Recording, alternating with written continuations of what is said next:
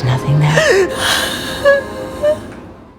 So, The Dead Girls isn't your average teen drama. It's sharp, spooky, and full of twists that keep you hooked from the very first episode. Season 1 takes us into this strange world where life and death aren't as clear-cut as they seem, blending mystery, supernatural rules, and a lot of secrets that refuse to stay buried. Welcome back to your nerdy show. I'm your host, Spoiler Master. Over the course of the season, the characters are forced to face their pasts, form unexpected alliances, and dig deeper into the mysteries surrounding them. And by the time we reach the finale, things get even more complicated, leaving us with plenty to unpack.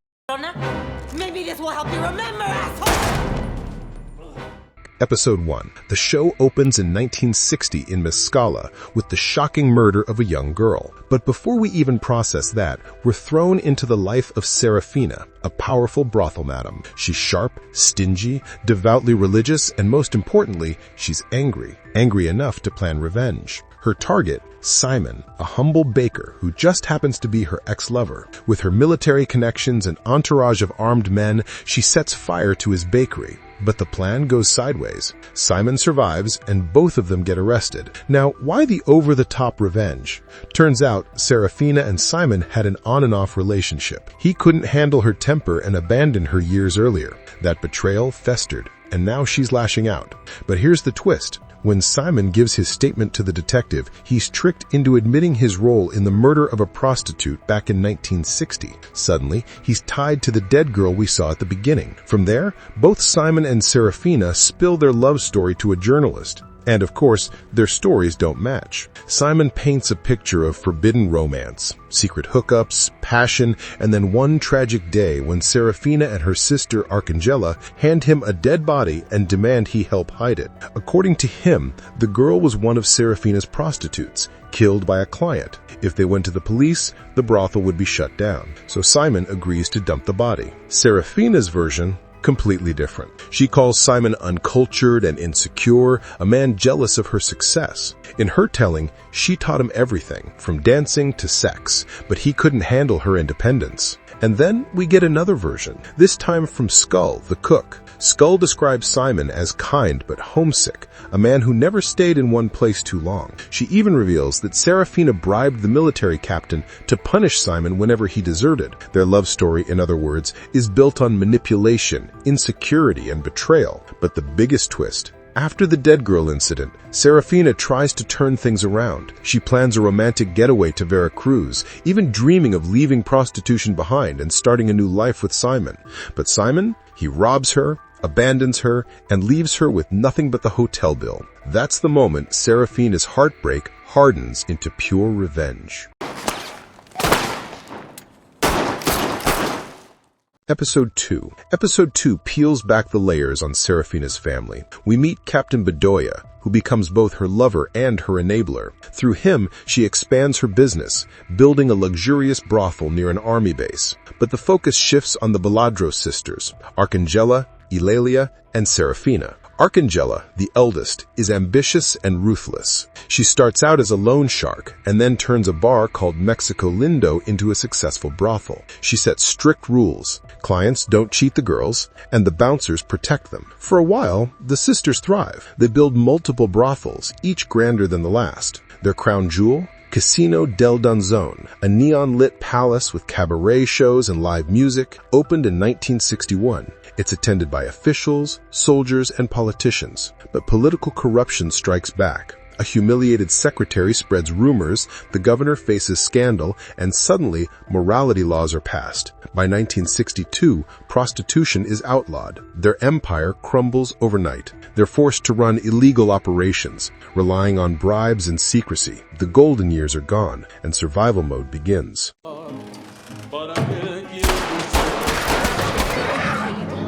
Episode 3. This episode shifts focus on Beto, Arcangela's son. His father was a scammer, and Beto inherits trouble. Sent to the U.S. for schooling, he gets kicked out repeatedly, then returns to Mexico and dives into drug trafficking. Despite Arcangela's attempts to shield him, Beto refuses to listen. He falls in love with Conchita, a girl whose brothers disapprove of him, and in a moment of desperation, he proposes. But his enemies are closing in. Federal detectives arrive, one crooked and one straight, and Beto is caught in the middle. He agrees to pay a bribe, but wastes time chasing Conchita. Eventually, her brothers shoot him outside her home. He stumbles back to Mexico Lindo and dies. Arcangela is destroyed. Her grief paralyzes her, and the government uses his death as an excuse to shut down the sisters' last bar. With their empire gone, they're forced to hide and regroup. Serafina, as always, takes charge, sneaking the operation into their old casino through a neighbor's roof. But their resources are dwindling, and cracks are forming. Episode 4. Here, we finally learn the truth behind the title, The Dead Girls. Blanca, once their star prostitute, becomes the first casualty. Blanca was bold, talented, and beloved by clients. She even invented the cabaret shows that drew crowds. But she was also insecure about her teeth, so she got gold implants on loan from Arcangela. When she became pregnant again, Serafina arranged a dangerous abortion. It went horribly wrong, leaving Blanca partially paralyzed. The sisters abandoned her in the hospital, racking up debt. Eventually, she's brought back home, but Serafina's kindness is outweighed by Arcangela's cruelty. They try local remedies, but nothing works, and Blanca dies after a horrific attempt to cure her. Instead of giving her dignity, the sisters bury her in a shallow grave at the casino. When vultures circle overhead, suspicions rise. In their panic, they burn the body. But things spiral further. Blanca's girlfriends steal her gold teeth and in a fight fall to their deaths. The sisters cover it up again, burying them deeper. At this point, the lies, bodies, and paranoia are piling up. Episode 5. By episode 5, the casino has become a prison. The girls are restless, trapped, and starving. Some attempt escape, but betrayal and punishment follow. Bedoya enforces order through brutal beatings, locking girls up and starving them until they confess. Meanwhile, the sisters' ranch project falls apart. Workers sabotage it, Teofilo, Eulalia's husband, loses control, and desperation sets in. To punish rebellious girls, Arcangela sends them to the ranch, where conditions are horrific. When they try to escape, Teofilo shoots 2 of them dead. The sisters are horrified, but too deep in corruption to stop. They rotate the girls to cover up deaths, spreading paranoia everywhere. Then, Serafina takes a short vacation with Bedoya. She sees reminders of Simon everywhere. Posters, faces, shadows. The heartbreak resurfaces. Bedoya listens as she cries, and she confesses she never got her revenge. Bedoya promises to help her finish what she started. This sets up the fiery events of Episode 6.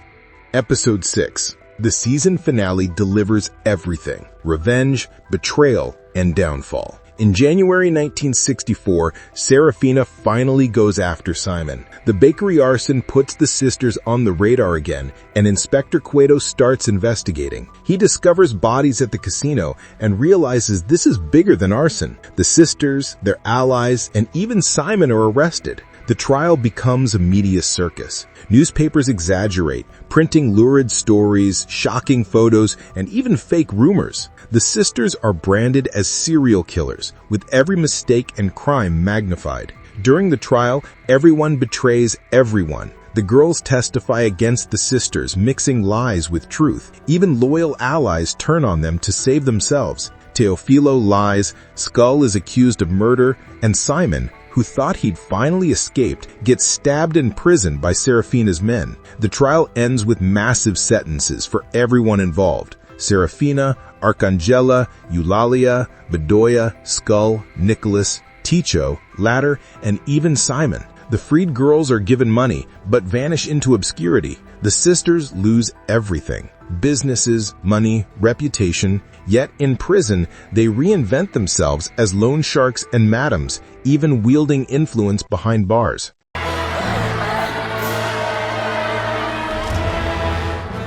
The epilogue. Where are they now? The final moments give us closure on each character. Simon serves his time and quietly returns to his bakery. Nicholas becomes a cobbler. Ticho takes up factory work but remains loyal to the sisters. Ladder runs a taxi business with Baladro money. Eulalia sells candy outside prison while her husband finishes his sentence. Bedoya builds a terrifying prison gang. And the sisters, they continue thriving in the underworld even in confinement. But what about the dead girls? The show flashes back to 1960, revealing Maria, the first prostitute murdered by a client. Her death set everything in motion. And then the interviewer is revealed, Jorge Ibargüengoitia, the novelist who wrote Las Muertas. He admits some events were real, others fiction. In real life, the Gonzalez sisters were accused of running a massive prostitution ring tied to 91 deaths. The show dramatizes their empire,